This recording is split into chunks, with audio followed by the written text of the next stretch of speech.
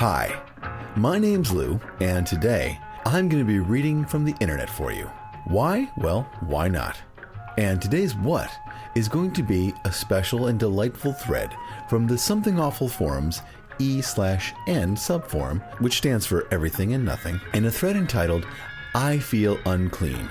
Stories of your most shameful hookups. And as you might imagine, this is going to be delightful stories of times when people made the wrong decision and let their penis or vagina do the talking and ended up having an embarrassing and regrettable encounter. Now, some of you might say, hey, they had sex. There's nothing wrong with that. You should feel fine with that. Well, these people feel different. And soon you'll find out why. And the original poster is a person by the name of Chewbacca Defense. And the first post goes like this. I was 20 and went out to the bars with my friends. And the bar that I was at had a minimum to set up a tab. So I found myself buying 5 shots at 3:45 a.m. I did 3 of them and walked by myself to another bar. I was outside smoking a cig with one of my high school friends when I saw this girl giving me the eye. She was there with her brother and his girlfriend. Her brother immediately had a bad opinion of me as I was hitting on his sister. He was a pretty big dude, but I was too drunk to care. After talking to this girl for 20 minutes, I got invited back to her house. At first I thought this was going to be your standard drunken hookup. Then her mom showed up. I remembered thinking it was weird that someone's mom was willing to drive some random dude to her house to screw her daughter, but of course I was too drunk to care. The girl, her brother, and his girlfriend, and I get into the car and start driving to the next town over where she lived. I remember coming to a red light and thinking I could have got out of the car and ended my night right there. In hindsight, I probably should have. We get to her house and I ask the brother's girlfriend if anyone cares that I come into the house. She tells me not to worry, that everyone is cool. I go back with the girl to her room and we have some nice loud sex. I pass out thinking how absurd the whole situation is. Cue the next morning. I wake up with a god-awful hangover and find a knife on her end table and think, what the Christ? I ask her why the knife is there, and she proceeds to tell me that while I was passed out, her brother tried to come into the room and kick the shit out of me. He was banging on the door and she had a fight with him. She doesn't explain why the knife is there. I have no memory of any of this. This was one of my most shameful hookups. I could have gotten my ass kicked while I was passed out. Thelonious Funk replies, met a girl through training at work, and we had lunch every day for a week. She added me on Facebook, and eventually I asked her out to dinner. So we go back to her place afterwards and are playing Xbox 360. She looks sad and I asked her why. Originally I thought it was because I was kicking her ass at Fusion Frenzy 2. She tells me she really likes me, but can't do anything because she has a boyfriend that she's been meaning to break up with.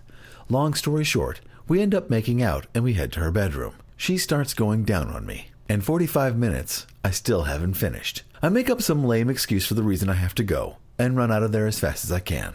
Thankfully, we work different shifts. Unfortunately, I still see her sometimes when she works overtime, and found out she's fucking some other guy from work. I left because she was a furry. The 45 minutes was me staring in horror at all the furry art on her walls. Catfish Clyde replies, I banged some girl on New Year's Eve. She was total trash. A scene slut who had slept with every dude in tight jeans for like a 10-mile radius. We were both drunk as shit. Don't know how I managed to stay hard. It was awful. I left the lights on. Outside the door of my room, my buddies were playing Mario Kart 64. I fucked her to the romantic sounds of power-up boxes spinning and Wario proclaiming, I'm a-gonna win! And ow, ow, ow, ow, ow, ow, ow, every few seconds. I had to work the next day. I was so hungover and all I could feel was shame and remorse. El Cochino shares, it was this past New Year's night. I'm at my best friend's fiance's house, and we're all hanging out and drinking and having a good time. My girlfriend is with me for the majority of the night, and she takes off to pick up her mom from work. I stay for the party. I'm in the garage playing pool. My friend's cousin calls me into the hallway and pulls me into the bathroom with her. Her 3-year-old son is right there as she does this, and he immediately starts crying as soon as we shut the bathroom door, loud. She feels bad about it and lets him into the bathroom with us. Keep in mind, this bathroom is about as big as a janitor's closet. And we immediately start making out. I start grabbing her ass underneath her pants, grabbing her titties, all that good stuff. She tells me to calm down while grabbing my cock. And she'll meet me in the back of the garage after she puts her son to bed. We exit the bathroom and someone immediately calls her son over to play. and we use this to our advantage to run into the garage. I shut the door behind us, and right away we start getting naked and fucking on my friend's pool table. During the course of all of this, I ended up licking her asshole, sucking her toes, everything I can think of, and she tells me about her boyfriend in jail. My friend's fiance also ended up opening the garage door on us and freaking out about it. That was my first MILF experience, and the first time I ever sucked toes. I will never suck toes again. Ever. Spooky Man G replies, my first, no less, shitty escapade was during sophomore year in the college dorms. I had a really shitty roommate, which I'll skip on the details, but he and his friends were big on pill popping. Anyway, I was sitting on my bed studying for some class when one of his female friends came into our dorm room and sits next to me on my bed. I just said hello and kept reading. She starts touching me all over and tells me I'm cute.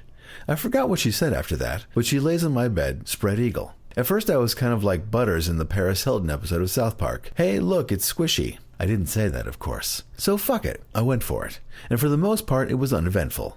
But she did have this thing where she called me daddy throughout the whole sexing. I slipped, and it went in the other hole, and I remember her going, "Oh, daddy, I love it when you fuck my ass." Huh? I'm done, and she gets dressed, and that's it. A couple of days later, my roommate comes in with a prescription for antibiotics used to cure STDs. I also found out that my roommate and her female friend fucked on occasion. I was so worried that I might have gotten something, but nothing bad came of it. I never saw her again after that. Sad Lions replies, oh, this is going to be so much fun. Pretty much most have been shameful in one way or another. Only few exceptions to my near constant shameful behavior. I lost my virginity to an overweight, married, self-harming, borderline personality disorder suffering mother of 3 that I met over a chat room in a bed and breakfast run by an old couple. Her husband booked her room. This whole thing was a long-awaited rebound from the lost love of my life at the time. On the double rebound, I grabbed the first thing to come along, which happened to be an equally fat and mentally unhinged girl with a face generally unpleasant to look at. Kissing her tasted like cigarettes, and going down on her has... Kissing her tasted like cigarettes, and going down on her has given me a lasting aversion to giving head. This again was from the internet, and ended when she forgot she was seeing someone while she went to an internet meet and hooked up with someone there. I was vaguely relieved, but the rebounding wasn't over yet. Third time's a charm, right? No, it is not. The first shameful hookup is one of the worst times of my life, and I've tried my best to forget everything I can about it. She invited me over after that last troll ditched me, and I figured, why the hell not? Her picture doesn't look too bad, and I could do with some affection. The picture had only showed her face, and once again, it was awful. Slimy-looking hair, many facial piercings mostly around the mouth, shoulder pads, and once again, quite a girth. This one I regretted from the moment I saw her and throughout, yet I still went ahead and did it. Drunkenly fucked on the sofa without protection, trying not to think of my situation too much. Kissing her was as sexual as licking a handful of loose change. Kissing her was as sexual as licking a handful of loose change dropped in an ashtray, due to 3, I think, lip piercings, and 1 on the tongue, which all clattered together. After her and the horror of the entire experience, I decided to show a little backbone and set some sort of standards. 4th was fine, hardly a relationship, but at least pleasant and reassured me that the last 3 weren't to be the start of a trend. I'll leave it at that for fine detail, but I've gone on to having been with another girl cheating on her boyfriend, starting a 2-year relationship with someone after drunken sex with them, after throwing up all over her workmate's house at a Christmas house party, and most recently an engaged woman with the man she'd been with for 10 years, who went on to break it off, then sleep around her small town and get all the cock she'd been missing all that time. I am no good person. I am awful. I do, however, love to tell this shit. Diseased Liver writes, if I have learned one thing over the years, it is that I shouldn't date girls from work. And if there's one lesson that I never seem to manage to pay attention to, no matter how disastrous the results, it's that I shouldn't date girls from work. I ignored about 1 million warning signs with the first girl. She had pink streaks in her hair, she randomly interspersed inappropriate Japanese words into everyday conversation, and she had traveled 3,000 miles from New Hampshire to sleep on her college friend's couch. My brother to this day brings up the girl whenever he wants to mock my taste in anything. She was kinda au naturel. It was thankfully never really a serious relationship, but I had enough after she came to work one morning after doing ecstasy the night before and constantly needed hugs all day because she was coming down hard. The second girl, well, it was at a company party and was drinking heavily. I blacked out and came to with her jamming her tongue down my throat. I still feel if I had managed to puke, my life would have been so much better. It ruined wild turkey for me, though. Angry Teen adds, Banged a longtime friend who I was unattracted to, although I didn't realize just how much. I figured, why not? Let's end this dry spell. She invited me over to watch movies, and we got to awkward making out. Now, she's a big girl. I don't mean fat, although she could stand to lose pounds. I mean large in stature, and she has small tits. So I'm kissing her and sucking on her small breasts. Clothes are coming off, each of which makes me regret what is happening more and more. I got to fingering her, and the amount of hand I have to insert past her lips to get to the clit is alarming. We tried fucking on her couch and then on the floor, but she is just too large, and it's awkward as hell. I end up losing my wood and making up some lame excuse about pulling something. We finished watching the last movie while she pawed at my arms, which were noticeably smaller than hers. It felt like I was cuddling with an NBA forward. I didn't even have alcohol as an excuse, just bad judgment. I was obligated to quote-unquote give it a try. What a disaster. I didn't even have the gusto to rub her clit to orgasm, and she still tries to get me to go out with her. Ugh. Scravo ads. I met a girl on the internet while looking for a way to get out of a dead-end relationship. The internet girl wasn't bad looking. All I could see in her picture was her face. She suggested we meet up at a local pool hall and see how things go from there. I wish I could blame it on the alcohol, but we were both too young to drink at the time. Still, she was flirty and funny, although a bit on the heavy side. She was nice enough to talk to, and she seemed into me, so I figured I could give her a ride home. Her friends drove her to the pool hall, and they planned on staying longer. We pulled up to her house in one of those remote areas of the city. We talked and flirted a bit longer. It wasn't long after that she showed me her tits. I had a bit of fun there, and we decided to take things inside. I thought I was doing fine. I even managed to go down on her to the point of orgasm without any problems. Once she got on top of me, though, I felt the most horrid wave of shame and guilt wash through me. I felt even more awful still when I made up some excuse to leave right after penetrating her, but I suddenly no longer wanted to be there. Another time, my then girlfriend, now my ex, and I had a foursome hookup with a guy and his wife. There was some hot girl-on-girl action, so that's definitely not the shameful part. I guess this isn't really shameful in the same sense as the previous story, but two parts of it will always stick with me. I didn't have sex with the guy's wife when I clearly had the chance. Granted, he didn't have sex with my girlfriend, but he and I gave the lady some oral action. She was pretty hot and very willing to be in that situation, so it's one hell of a missed opportunity. 2, I remember the guy's name, but not his wife's. I don't think I heard it correctly the first time, and I've never been able to remember it since then. My ex couldn't remember her name afterward either, but that didn't stop the two of them from eating each other out. Iron Crown writes, a couple of months ago, I met up with a girl on the internet. She had informed me that she had one arm, and sent me a picture where she looked decent, although sans one arm. I went to pick her up at her place, which was in a rough neighborhood. What left the house was fat and wearing a Disturbed t-shirt. On the way to the bar, she wouldn't shut up, including telling me about she had 6 kids and wanted more. She also told me that one time she went out with someone who left her at the bar. Again at the bar, she wouldn't shut up, even while sucking down a beer. At this point, I really should have left her at the bar, like the other guy, but she wanted to go back to my place. Stupidly, I obliged, taking a long and confusing route so that she wouldn't be able to find it. At my apartment, she confiscates my bottle of Jack and starts drinking from it. At this point, she's really trying hard to get me to fuck her, including attempting to give me a hand job which just felt like sandpaper. Eventually, I figured that the only way to get her to leave would be to hit it. My equipment wouldn't cooperate, but I did manage to get the job done. After dropping her off, I'm pretty sure the look on my face was terror the whole drive home, and in the shower, where I scrubbed everything clean. And yes, I was protected. Elvis Cat replies, whiskey dick seems to be thought of as a bad thing by a lot of people, and I don't see why. I get it pretty damn bad, and once in my entire life, I have not really been fucking glad I did it. Drunken hookups prevented by my penis. A list. Bad. 1. A chick who hooked up with one of my friends after my penis did not work. Attractive, but she stalked my buddy for 3 fucking years after a one-night stand. Dodged a massive bullet right there. 2. My friend's ex. Fucker got us drunk together and kept trying to hook us up, then disappeared to leave us to our carnal devices. It would have been awful, but man, I didn't want no part of that shit. 3. A tiny-boned girl who was massively round, like a fucking jelly bean, whose breasts rattled around her A-cup bra after the stuffing was discreetly removed while I was taking a leak. She was shaved and looked like a fat 12-year-old naked. She also sucked cock like a goddamn vacuum cleaner, like painful levels of suction. I was like, oh shit, guess it's broken. Try again later after the blowjob. Then I locked myself in her bathroom until I was sober enough to drive home. She had to pee in her kitchen sink. On the drive home, the image of her naked body popped into my head, and I literally had to pull over to vomit. On the drive home, the image of her naked body popped into my head, and I literally had to pull over to vomit. I probably would have driven my car into a tree if I had actually penetrated her. So Whiskey Dick actually saved my life. Good. I was too drunk to hook up with an absolutely gorgeous girl I had known for quite a while and was really into. She understood, and we cuddled instead. We had to wait until morning to have sex. That story has a good ending. That's really fucking funny. FKNLO writes, the most shameful I've ever had was Angie. She worked with my roommate at his second job and was into him. He was in a long-distance relationship and wasn't really looking for anything. We were out at the bars one night getting shit-faced. She starts texting him.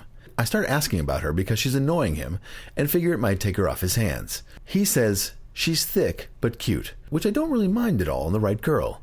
He gives her my number and we start talking. We meet up at a bar a couple nights later, and I'm pretty disappointed. She's fat, not thick, and not at all attractive. We messed around a little that night, but I pretty much intentionally killed the mood really quickly to keep anything from going too far. About a month later, my roommate and I are out again. We're talking to these hot chicks who are going to another bar and need a way to get there. Angie had been bugging my roommate throughout the night, and we decided to give her a call so she could drive us to the other bar so we could continue working on these hot chicks. We get there, and the hot chicks aren't there. My roommate and I get absolutely blasted. I wake up the next morning with the, did I have sex thoughts lingering in my head? My roommate comes in and asks if I fucked her. I reply with, I think so, because I didn't really remember, even though I knew it happened. He's apologetic, talking about how it was his fault because he didn't lock the front door, etc. Basically, on the way home, they stopped to get smokes. I walked the rest of the way home from there because I didn't want to deal with this chick. She followed my roommate into the apartment and went straight to my room and fucked me. I'm pretty sure I couldn't keep it up because I was shit-faced and she left. The worst part ever is that my roommate was in my room the next day. He looks over at my end of the bed and says, dude, what the fuck is that? And points to the end of my bed. There was a fucking bloody tampon on the floor. The bitch rolled into my room and fucked me on the rag. Kitsune writes, it was a cybergoth, but that's not all. He was one of those horrible guys that desperately try to be Don Juanist and charming, but fail miserably. I was in the bar that I actually worked in, got drunk, he seduced me, and we did it in the bathroom of the bar that I worked in. Everyone knew, and we came out as the bar was closing. People were waiting outside yelling, I knew it! It was really bad sex as well, since we were both drunk as fuck. After the bar was closed, I had a couple of drinks with my boss and coworker, who both ranted on me for an hour about how stupid it was. Boss, as a bartender, you're sort of a public person, and having sex in the bathroom takes away all your credibility with the customers. So embarrassing. It wasn't too bad for long after that, though. Thank fuck it was a punk bar. Edit. Oh, and he'd shaved his balls. Guys, that is not sexy. Exa16 writes, I was hanging out with my cousin at a friend of hers' house. She was this sexy little Mexican. I knew she had a 1-year-old baby girl, and I also knew that she and my cousin were way drunker than I was. While my cousin was in the bathroom, she grabbed me by the hair and started kissing me, pulled me into the bedroom, and started taking off her clothes. Whispering and tiptoeing, she almost freaked out when I sat on the end of the bed. I quickly realized the baby was asleep right behind me. She pulled me on the ground, undid my pants, and even though I kept saying no, we banged on the floor with her baby asleep right there. It wasn't the worst thing that could have happened, but my God, it was awkward. I had just met her. I was pretty damn near sober. I was woman-handled by a 4'10" Sexican and banged out with her sleeping baby in the same room with my cousin in the next room. I came out with a look of disgust and told my cousin we had to go. I ended up dating this girl for a month until I moved because I'm retarded. And band member Nuke replies, finding this thread makes me realize I'm actually not alone. My most recent unclean story was going pre-drinking with a few friends and managing to polish off a half of 40 of Gordon's gin. This led to a very drunk Nuke whose judgment was already horrible, but gets even worse. We get to the bar, and I'm just having a few more drinks, which leads me to go try to take down an ogre I really shouldn't. We get to talking, and she says we should just go for a walk. I say sure, so away we go on this walk, and we ended up walking straight to her place. So we start making out, and eventually she goes down on me. And it takes a while to get up. I was so drunk at this point, I sloppily fell down and went down on her, eating her out, which made me think eating out her ass would probably be a great idea too. So one thing leads to another, and I end up butt-fucking her for like 20 minutes, and then shoving my dick directly into her mouth right after I pull it out of her ass. First and last time I think I can mentally handle ATMing a chick. ATM stands for ass to mouth. I get dressed again and leave the passed out girl I just violated on her bed and proceed to walk back to the bar. About 5 minutes away from the bar, I run into a chick I had slept with years ago and decided it would be a good idea to try to take her down. I convinced her to drive my car, she was sober, to a secluded spot we could go and chill and talk. Well, within 10 minutes of us parked, we are in the backseat making out and getting naked. Foreplay ensues for 45 minutes or so, as far as I know, and I start to fuck her. The worst part happens after fucking her for 15 minutes. I literally black out. I completely forgot where I am, who I'm with, and what her name is. After a few minutes of continuous pumping, I realize who she is and finish. We cuddle for a few minutes, and after she drops me and my car off outside my friend's house, I kiss her goodbye and stumble home. I have never felt so unclean. And to end this delightful thread, I'll read a very short and sweet post by Zap Brannigan, who writes, "Mine's a little different, but I'm still ashamed of it. There's this girl whose entire family I'm friends with. Mom, grandparents, uncles, aunts, all of them. I'm good friends with them. Like get invited to family picnics and such, friends. It's not a secret that she's liked me for a couple of years. Anyway, we're out on one of these picnics, everyone's getting plastered except her. Well, I go into the house to take a piss and she's inside. So I come out of the pisser and start talking to her. I'm drunk and horny and decide I'm going to see what I can get out of this. Now this girl is damned hot. She's always caught my eye and I decided I want some. So I start making out with her. And events proceed. Well, I ended up fucking her on her grandma's bed.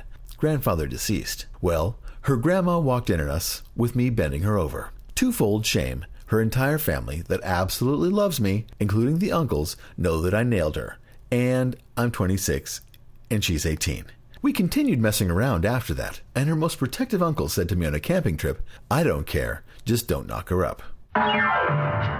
Okay, well, I don't know about you, but I am aroused. No, I'm not.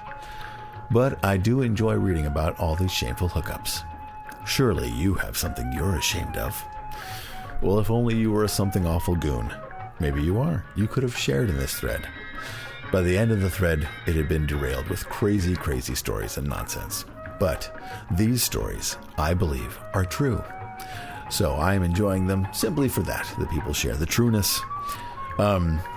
Thank you for listening to Lou Reads. I'm glad, as we approach the holiday seasons, to have been doing this for 8 or so months, or however long I've been doing it, and I'm glad so many people are enjoying it. I am saddened, however, that only 2 people took me up on the offer to record things for them, and I'm going to play those things right now.